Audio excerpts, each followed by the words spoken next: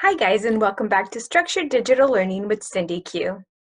In our previous videos, we created asynchronous spelling lessons. We also created asynchronous and synchronous grammar lessons, and today we're tackling comprehension. So let's not waste any time. Let's grab our favorite cup of coffee, tea, beverage of choice, and let's get planning. Okay, here we are in comprehension. We're going to talk about the story of the week and a couple of activities that you can give students for that. When I do story of the week with my students, I flip that instruction. In other words, I have them read the story before the class session starts. This way, once we get into the class session, we can start our discussions right away. We can start our activities. They've already heard it. They've already listened to it. They've already taken a couple of notes that I've asked them to do before they get to the class. So that's what I'm going to show you right now.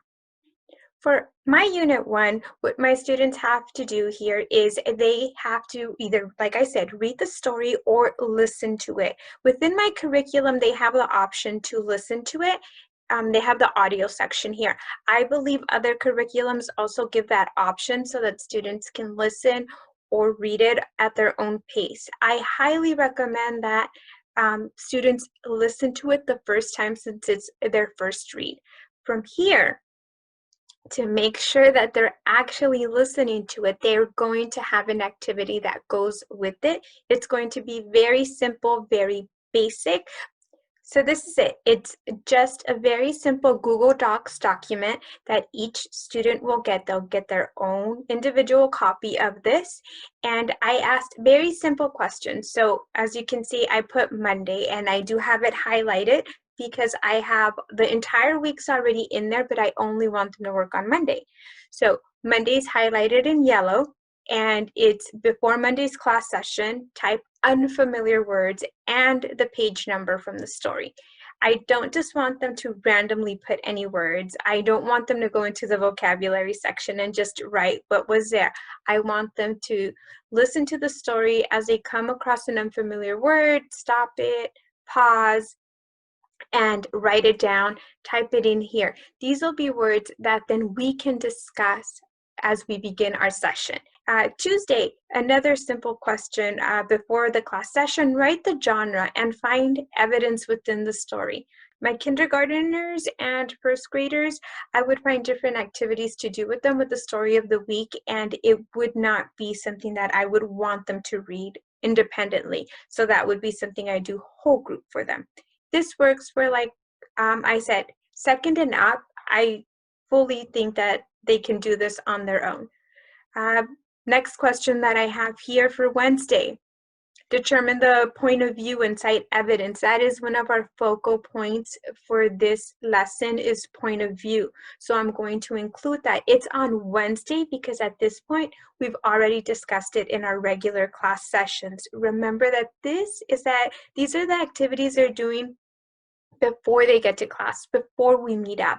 I want them to hear that story. I want them to really know that story because come Friday, their assessment will be based on the story. And if they've heard the story, if we've broken down the story, just like we did in the class, just like we would in the classroom, then when they get their assessment, it'll be easy. It'll be much easier for them because we've had those discussions. So next question, just if you need something for Thursday, an idea.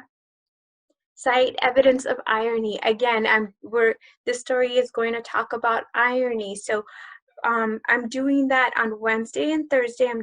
Wednesday I'm doing point of view, and Thursday I'm doing irony because, like I said, we've already discussed this beforehand. I've already introduced it. We've already done some activities. So now they can go back into their story and they can answer these questions. All right, so that's it. That's the flipped part of it where they do this asynchronously on their own. Before you get to class, listen to the story, read it, answer these questions for Monday. Make sure that they're done beforehand. And you as a teacher, you have to make sure that you check before class starts to see who answered the questions and who didn't. And whoever didn't answer, send them a quick email, say, hey, class is about to start in like 5 minutes, get to it.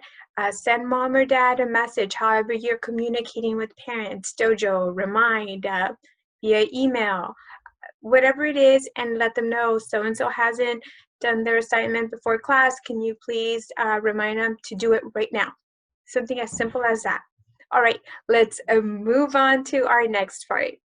So we've created those asynchronous activities for students to do before they get to class, which is read the story or listen to it, and then do that Monday portion of it, just so that you as a teacher know that they've listened to the story, that they've had some kind of interaction with it, and then you can dive right into it. Now, let's look at other activities that can be created. I'm over in my drive at the moment. I'm in the ELA section. Lesson 1, Unit 1, Lesson 1, Unit 1. I'm in the comp for Lesson 1, and these are just a couple of the activities that I've already created. Now, the best part about this is I can take these over to Lesson 2. Take what I want and just have it flow on over. I make a copy of it, and I don't have to start. The one that works best for is vocabulary. Let me show you what that looks like. I always like to have them do vocabulary in the classroom, and I had to find a way to have them continue to do that through our distance learning. So what I do is I just create a document, and we are doing define it. I put the word for them up on top, word. We define it. On Mondays, we define it. That's all they do. This is part of their homework. You can even assign it for classwork. You can put this to be in a breakout room. However it is that you want, get creative with it. Make it your own. I like to use it for homework. Monday, you define it. That's it. You search the definition, type it in, copy and paste, whatever it is. On Tuesday, use it. Put it in a sentence.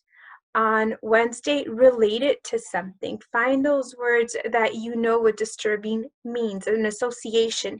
Thursday, draw it. That worked great when we were in the classroom, right? They had their markers or colored pencils or paper. Drawing it would be kind of hard. What I did have my students do was go online, search for a picture, and go ahead and put it in. And I had to model that for them, and I had to show them, because when they insert a picture, it's really big. So I had to show them how to minimize it and make it fit. They only have the one page for the one word. They don't have to open up another tab. All they have to do is come down here to this little star, and it says Explore. They click on it. In the search box, they're going to type disturbing. If this was working, disturbing. I'm going to click on images, and okay, here's a couple of images, right? Disturbing. This one's kind of disturbing. Something's going on with the pumpkin. They click on it. You click insert. Oh, very disturbing.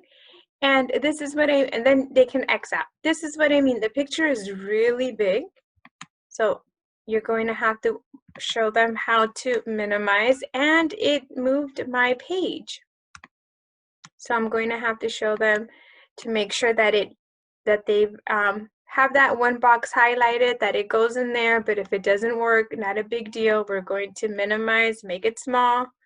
I'm going to Control X. That's the cut it out. I'm going to cut it out. And then I'm going to come into my Thursday box, Control V, copy it, and there we go. That one's done. That's it. Thursday. So every day I give them an opportunity to work on something with vocabulary.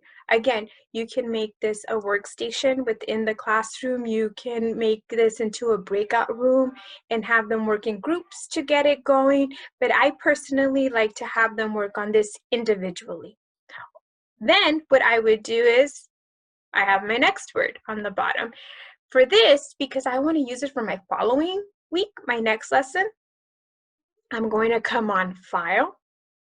I'm going to make a copy of it. I don't want to recreate the whole thing. Make a copy of it. I'm going to click OK. And now I have a copy. But I don't want this to be in lesson 1. I want it to be for lesson 2. I'm going to move my copy. I don't remember if I created a lesson 2. So let's see if that's there. Come on up. Make my copy. Here we go. Move. I want it in lesson 2 folder. This is lesson 1. I don't want it there. I don't have a lesson 2, but I can come down here and create a new folder. Lesson 2. And that's where I'm going to move it to. Click enter.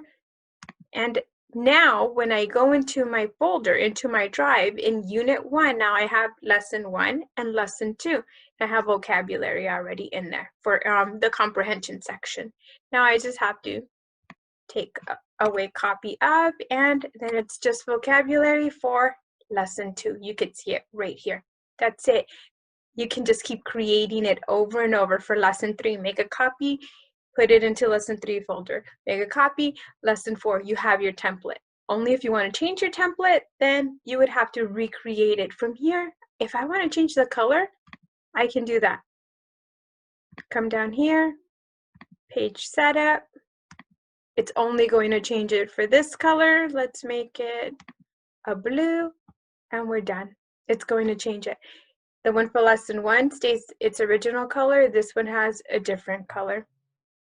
And there, you're being a little creative. You're changing it up so they're not looking at the same color, but it's the same activity, keeping with that whole routine part that we're trying to establish with our students to make sure that when we get back in the classroom, everything can flow as smoothly as possible at that point. Okay, so we're done with vocabulary. That's one of the activities you can do with them. I can get out of this one as well. Another thing I have that I like to do for Monday, it's in my drive. Monday, here we go. Story structure. I know I have to go over it. We're going to work on setting together on their own. They can do setting, I apologize. And characters, they can find that on their own. I could put them in a breakout room and find it with your group. However it is that I want to do it. Plot, conflict, events, and resolution. I want to work on that with them in the very beginning and gradually start letting them go as we get into the year together. But for now, I want to start that with them. So conflict, we're going to go through it together. And this is going to take up all of my Monday session most likely. But again, I can always just make this into a breakout room. Work in groups, collaborate, work with a partner. I'm going to assign you to a partner. You can get as creative as you want. Yes, I know we have a couple of restrictions because it is digital, but you can do the breakout rooms in Zoom, assign them. You can have them do, you can do it a whole group if you want. Again, it's the very beginning. I would model it and just do it whole group. Setting and characters, do it on your own. Give them a couple of minutes. They each have their own copy so that they're typing it in and you can see that as well. I like to always show them my screen of what I see of how they're working so that they know I am able to see you live at the moment like I would in the classroom if I was walking around. I just don't have to walk around anymore. I just have to maneuver around my computer. This is another activity you can do. Story structure, you don't have to go and purchase anything. You can just quickly create this on a Google Doc. Let's see, we did vocab. Let me get out of there. We did the asynchronous part of the story. Let me see, what else do I have? I have something I pulled up from the reader's notebook. That's their student workbook that they have. It was one of the questions. I can have it be an in-class activity. I can have it be a homework activity. I can have this be a breakout room activity. You have full control of how you want to have them work on these assignments. All I did was I went into my reader's notebook. I took a screenshot of that part that I wanted, and then I put it in here and I put Tuesday. This could be a Wednesday activity, a Thursday activity. It could be a homework activity, like I said. Here's your question. It tells you where to go in your textbook. And I put this is where I want your answer. type your response here. This is where they would type it. And that's pretty much it. Let me see, the last thing that I have that I do like to give for homework is questions from the book. So here I am. It's those guided questions, the thinking through is what it's called here in the curriculum I'm currently using. And all I did was, I highlighted the question, Control-C, copy. I went back into the document I created and I did a paste. I designated what day I want them to do this for, this question 1 for, which is Tuesday's homework, and this is where they're going to type it. I put what page they could find the information in, because if you looked at my TE, it was on page 22. So this question is geared for page 22. I'm going to help them find and let them know this is where you need to navigate to. Question number 2, it tells them on page 22 already. That's my Tuesday activity. I can do 2 questions, I can do more. I can keep going and seeing how many questions do I have. I have another one here, and then that would be my Wednesday activity, and I can add another one for Thursday, and so on. This is also one of those layouts that I'm going to continue to use in the following weeks, because every story of the week has these particular questions, and they do help them, and they're great for conversations with your students, and it really does get them thinking about the story a little bit more in depth. So this is one of the things I myself use for homework. We're done with activities. These are just some ideas. Now, I know I had said we had some in this particular story, I would have to go into irony. This is where I can go off to those sites where you can buy teacher stuff, but I would not buy. I would search for the free stuff just because I want to save money and see what I can use, and then make some activities for it. Point of view was one of the things. I could put in a short film. I could show them. This could be a fun whole group activity where we do a quick point of view lesson. Tell me about whose point of view this is, whose point of view that is. Use stories that they already know, the 3 Little Pigs, the Big Bad Wolf, whose point of view is what. Use what you already have access to, something that they're familiar with, that you can just apply to your current story to help them really fill in those gaps that perhaps they have from previous years, or not even years, but from the last couple of months from when we went into distance learning. So that's it for activities. All right, so we're on small groups and assessments. We are going to get through this one super quick. So let's head on over back to that homework assignment. I wanted to head back over to this homework assignment because this would be a great activity to do within a small group. We know some of our kiddos really struggle with comprehension, and to leave this to them for homework would be very challenging for some. I'm not saying no, but there'll be some that might just look at this and just be overwhelmed with so many words. So one of the things I would encourage you to do is, before your students log off, have them already start, and you've heard me say this before, have them already start on their homework assignment and give them that opportunity to get it done during class, so that if they have any questions, you're there to support them, to help them, to guide them. This would be something I do with my kiddos within a small group session. I would already ask a couple. I would already have them in their groups. I will be designating them. And then I would say, okay, so-and-so, so-and-so, so-and-so. Okay, we're going to get into our small group. I would go into a breakout room with them, keeping the other kids in the meeting and just take these to their breakout room and start working on them. Give them that opportunity to ask those questions. Any misdirection that they have, I would redirect them back to where they need to go. Maybe I need to go over vocab. That would be another thing that I could do with them here in small group, especially for my English language learners. I know that they're going to need extra support as well. So I would be working on this with them.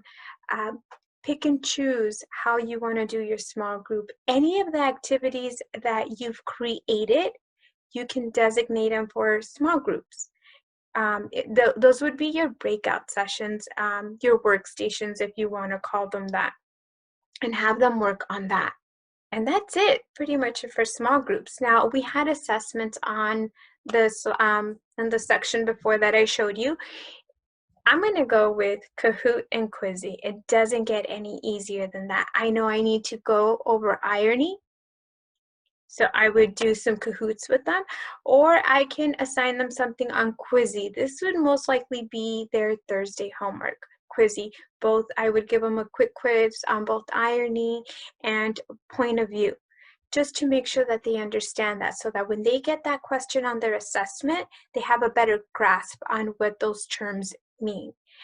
And just in case they don't, because they've done this on Thursday night, Thursday afternoon, I can start my session on Friday with going over that, with doing a quick review.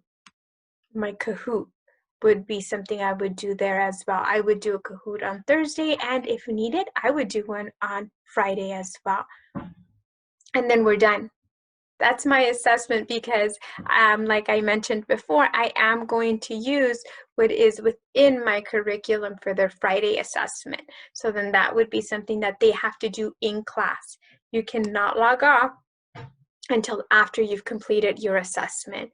And then you can go on with the rest of your day until we meet up for our next class session. And that's pretty much it. And we're done with comprehension. So it's that time now for you to grab your TEs, refill that cup of coffee, tea, beverage of choice, and start planning. I'll see you next time on Structured Digital Learning with Cindy Q.